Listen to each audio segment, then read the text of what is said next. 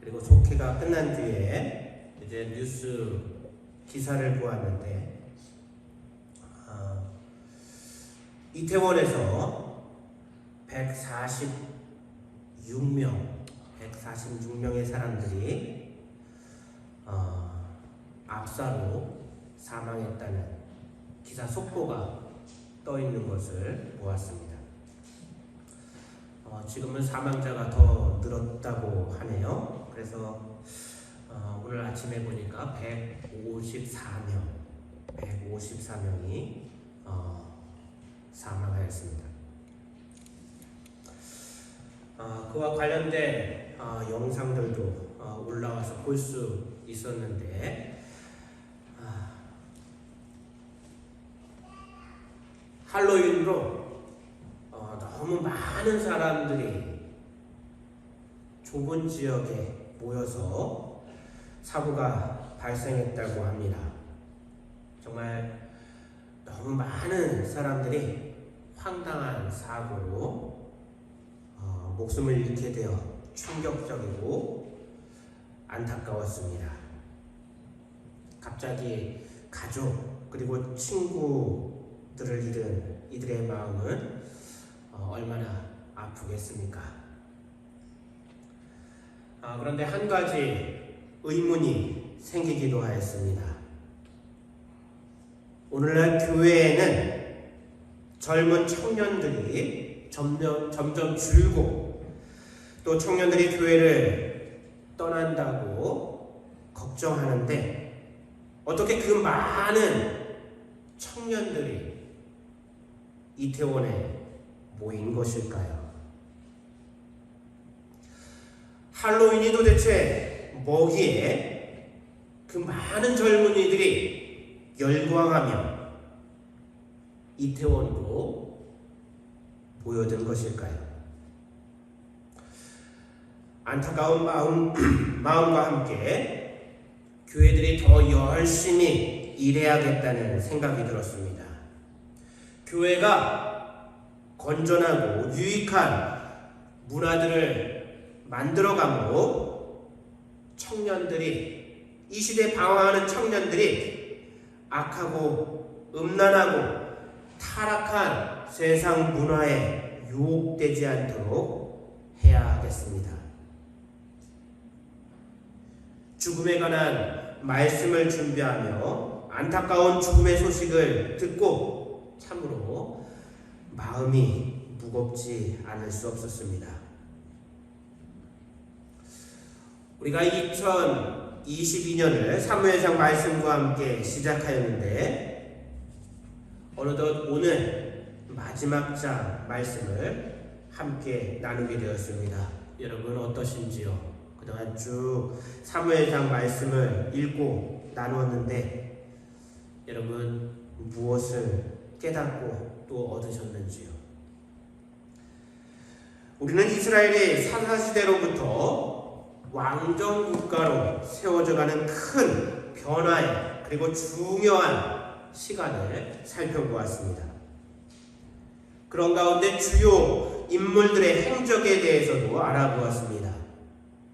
마지막 사사이며 선지자였던 사무엘, 그리고 이스라엘의 첫 번째 왕으로 기름 부음 받은 사울, 그리고 사울과 다윗의 갈등, 즉 다윗이 사울의 핍박을 피해 도망다니는 말씀이었습니다. 그리고 이제 오늘 사울 왕이 블레셋과의 전쟁에서 패하여 죽음을 맞이함으로 사울의 시대가 막을 내리는 말씀을 나누게 될 것입니다. 여러분 오늘 본문 말씀을 읽으면서 어떤 느낌을 받으셨는지요? 저는 사울 왕의 비참한 마지막 모습에 다소 충격적이고 두렵고 또 마음이 좋지 않았습니다. 많은 성도들이 사울이 전쟁에서 패하자 스스로 목숨을 끊었다는 사실은 많이 알고 있습니다. 그런데 그것만이 아니라 그날에 그의 세 아들이 모두 죽었고 또 사울은 죽은 후 블레셋 사람들에게 목베임을 당하고 또 사람들에게 시체를 보이기 위해 벳산 성벽에 그의 세 아들의 시체와 함께 못 박혔습니다. 그래도 한때 하나님께 칭찬받았고 기름 부음을 받아 이스라엘의 첫 번째 왕으로 세움받은 사람인데 어떻게 이런 비참한 죽음을 맞이한 것일까요? 우리는 지난주 하나님은 사랑이시라는 말씀을 보았는데 사랑의 하나님께서 어찌 사울이 이렇게 되기까지 내버려 두신 것일까요? 사랑의 하나님, 포기하지 않으시는 하나님께서 왜 사울을 회복시켜 주시지 않고 그대로 내버려 두셨을까요? 우리는 지난주 다윗이 아말렉과 싸우고 그 전쟁에서 승리하고 또 거기서 얻은 전리품을 함께 나누는 말씀을 보았습니다. 다윗이 아말렉과 싸우고 있는 동안 또 다른 쪽에서는 블레셋과 이스라엘 간의 전투가 있었습니다. 블레셋 군사들이 이스라엘 군대를 공격하자 이스라엘 군대가 흩어지고 도망하기 시작하였습니다. 그리고 블레셋 군사들에 의해 사울의 세 아들 요나단과 아비나답 그리고 말기수가 죽임을 당하였습니다. 사울 또한 활에 맞아 중상을 입고 도망하였습니다. 그러면서 이제 마지막임을 직감한 사울은 병기든 자에게 자신의 무기를 든 그 병사에게 자신을 죽이도록 명령하였습니다.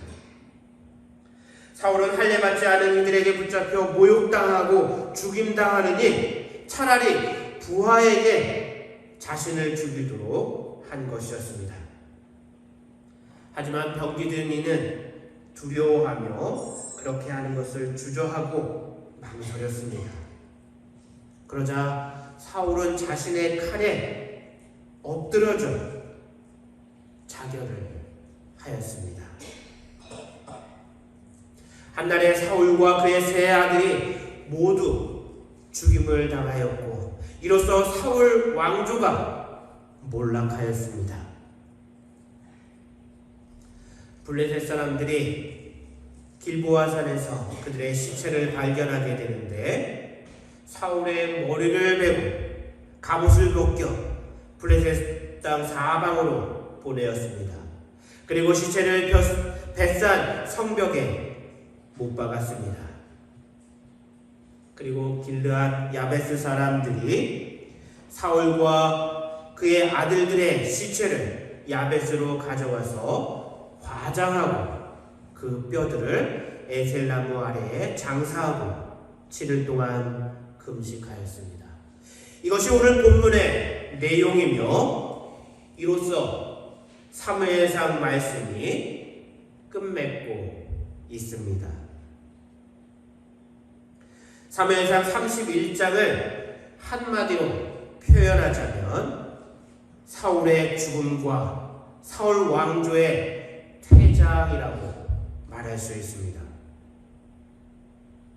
사울과 그의 아들들의 죽음은 단순히 개인의 죽음 혹은 가족의 죽음만을 의미하지 않습니다. 사울의 시대가 막을 내리고 끝나는 것입니다. 사무엘상은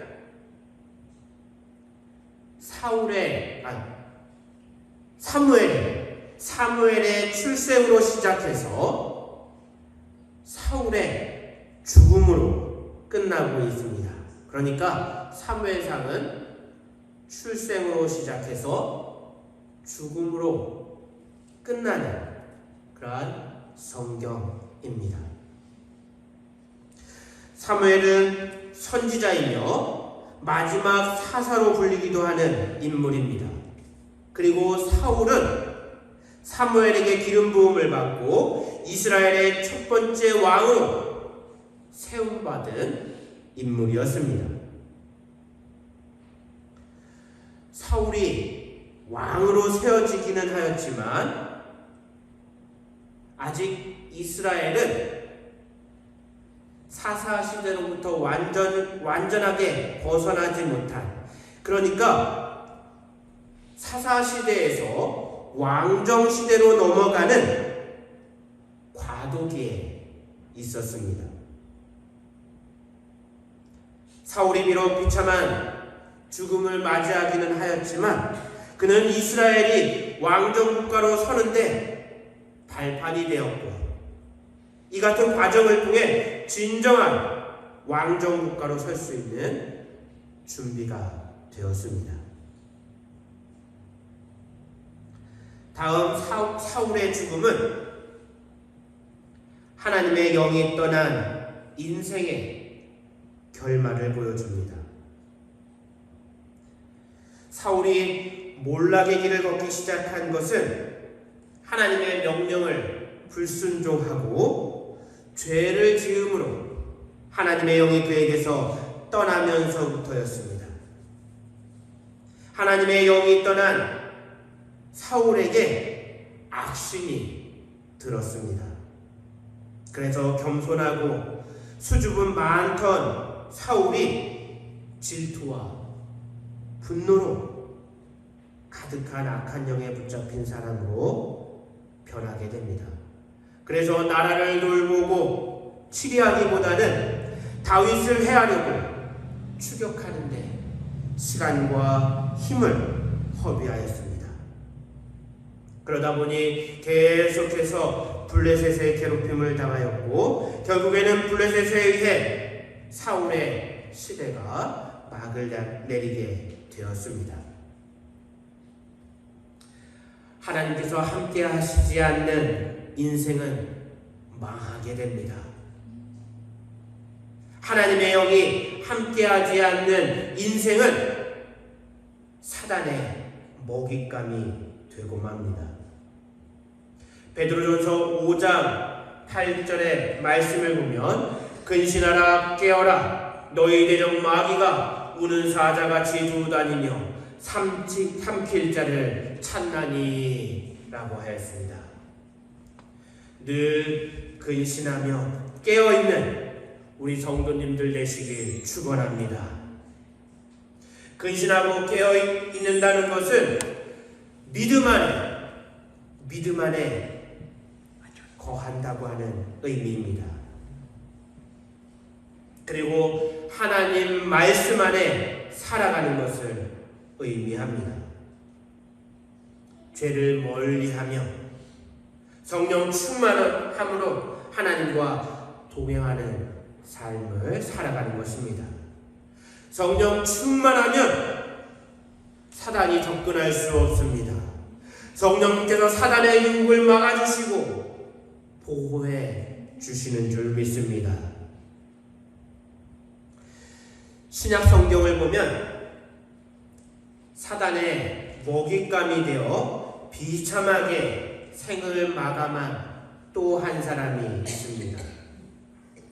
바로 예수님을 배반하고 판 가룟 유다입니다. 가룟 유다는 사단의 미혹에 넘어가 물질의 욕심을 갖게 되고 3년간 함께한 예수님을 대제사장들에게 은 30을 받고 팔았습니다. 가룟 유다는 자신이 지은 죄를 후회하고 스스로 목숨을 끊었습니다. 그와 반대로 우리 예수님, 우리 주님은 성령 충만한 가운데 하나님의 말씀으로 사단의 유혹을 이기셨습니다. 40일 동안 금식하신 후 사단의 3번의 시험을 예수님께서 통과하신 사건을 우리가 알고 있습니다. 그뿐만이 아니라 하나님 아버지의 말씀에 온전히 순종하여 온 인류를 위한 십자가를 지셨습니다. 십자가 고난을 우리 주님께서 담당해 주셨습니다.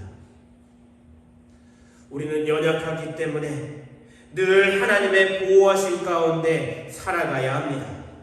대적 마귀로부터 우리를 보호해 주실 수 있는 분은 오직 하나님 한 분밖에 없습니다. 결코 돈이, 지식이, 힘과 능력이 우리를 사단과 죄에서 보호해 줄 수 없습니다. 깨어 근신하며 하나님과 늘 동행하는 우리 성도님들 되시길 다시 한번 축원합니다. 마지막으로 절망 중에도 은혜가 존재할 수 있습니다. 길르앗 야베스 사람들이 벳산 성벽에 달린 사울과 그의 아들들의 시체를 가져다가 야베스에서 과장하고 또 에셀나무 아래에 장사하였습니다. 이는 결코 쉬운 일이 아니었습니다. 이스라엘 그 어떤 지파도 그렇게 하지 못하였습니다. 왕인 사울의 시체를 거두기 위해 나서는 지파가 없었습니다. 그런데 길르앗 야베스 사람들이 밤새도록 달려가 사울과 그의 아들들의 시체를 가져와서 장사하였고 또 7일 동안 금식하며 애도하였습니다. 길르앗 야베스 사람들이 이렇게 한 것은 사울왕 초기에 그들을 암몬에게서 구해준 은혜 때문이었습니다. 그 내용이 사무엘상 11장에 기록되어 있습니다. 그리고 이 일로 인해 후에 길르앗 야베스 사람들은 다윗의 보호를 받으며 이스라엘의 진정한 구성원으로 받아들여지게 됩니다. 사실 길르앗은 요단강 동편에 위치한 곳으로 요단강을 건넌 이제 여호수아와 함께 가나안 땅으로 이스라엘 사람들이 들어오지 않습니까? 그때에 요단강을 건넌 그래서 가나안 땅에 정착한 이스라엘 사람들로부터 무시받던 일이었습니다. 그리고 또 요단강에 의해서 나뉘어져 있었기 때문에 이스라엘 총회에 종종 참석하지 않는 이스라엘 다른 지파들로부터 소외받는 지파였습니다. 그리고 사사시대에 어떠한 일이 있었냐 하면 베냐민 지파를 구하기 위해 이 총회에 참석하지 않았던 야베스 사람들이 거의 멸절당하게 됩니다. 그러니까 이스라엘 다른 지파에 의해서 길르앗 야베스 사람들에게 악행이 범해지게 되었습니다. 사울의 비참한 죽음에 길르앗 야베스 사람들이 은혜를 갚는 이야기가 감동을 줍니다. 그리고 그런 감동적인 행위로 다른 지파들과의 악연도 해결되고 이스라엘 공동체의 진정한 일원으로 받아들여지는 은혜를 경험하게 되었습니다. 여러분, 이 세상에 태어난 모든 사람은 반드시 죽을 수밖에 없습니다.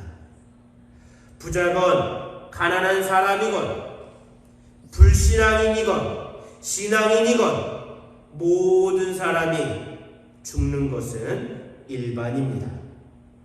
하지만 같은 죽음이라도 그 의미와 결과는 다를 수 있습니다. 다른 의미, 다른 결과를 만드는 것은 각 사람의 삶입니다.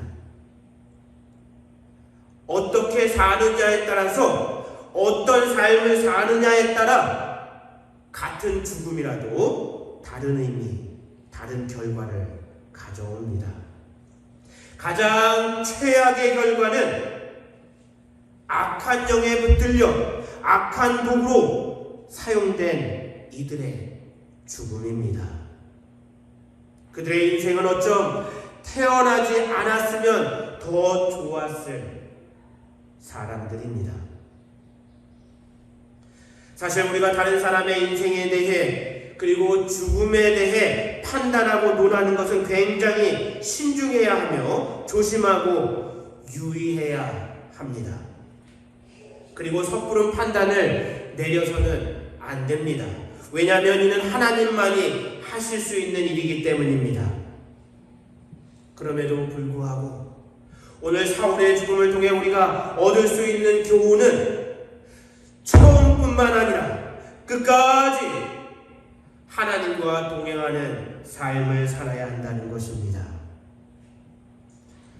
하나님께서 함께해 주시지 않는 인생은 누구든 악한 영에 사로잡혀 죄악된 삶을 살 수 있습니다. 하나님께서 함께해 주시는 삶은 귀하며 아름다운 죽음 가운데 하나님께 칭찬받는 자리에 서게 될 줄 믿습니다. 끝까지 하나님과 동행하며 믿음 안에 살아가는 우리 성도님들 되시길 축원합니다. 죽음이라고 하는 모든 사람이 겪는 사건에 대해 우리 성도님들은 절망이 아닌 소망을 갖고 나아갈 수 있는 귀한 삶이 되길 다시 한번 축원합니다. 우리 다 함께 기도하겠습니다.